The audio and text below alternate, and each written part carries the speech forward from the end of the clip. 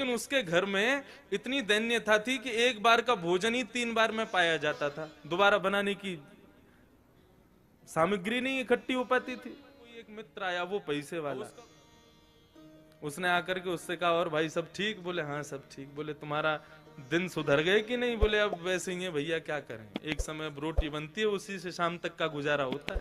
बोले अच्छा तुम पूजा वूजा करते हो क्या? बोले हाँ। बोले किसकी करते हो? बोले गोपाल जी, नवनीत प्रिया जी, लड्डू गोपाल, इनकी पूजा करता हूँ।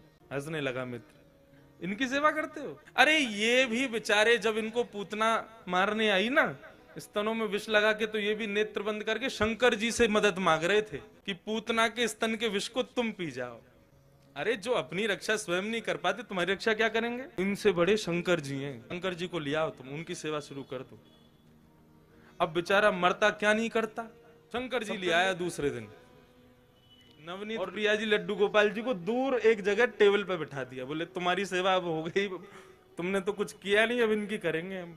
अब शंकर जी की पूजा उसने शुरू कर दी। खूब रुद्राष्टाध्यायी से अभिषेक आदि सब करने के बाद में अगरबत्ती जला करके और त्रिपुंड लगा लिया। पहले तो ऊर्ध्वपुंड लगा रहा था, अब त्रिपुंड लगा करके ओम नमः शिवाय जप करने लगा। अब जैसे ही आंख खोल के देखा तो जो उसने अगरबत्ती जलाई थी उसका धुआं उड़ करके गोपाल जी के पास जा रहा था। अब वो धुआं है, वो तो कहीं भी जा सकता है।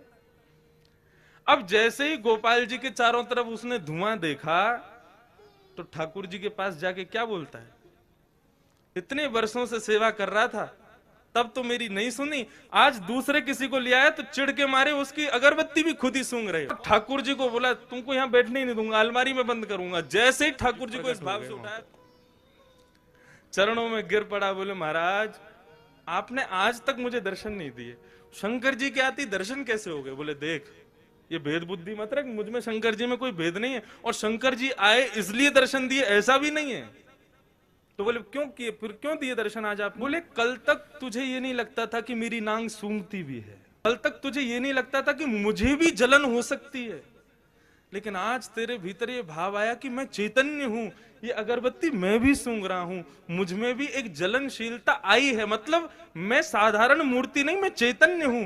जब तेरे हृदय में ये भाव आया तो मैं पीछे क्यों हटूं, मैं भी प्रकट हो गया, मैं भी क्यों मूर्ति तक रहूं, जब तू ही मुझे इतना ऊपर पहुंचा चुका है तो मैं भी प्रकट हो गया।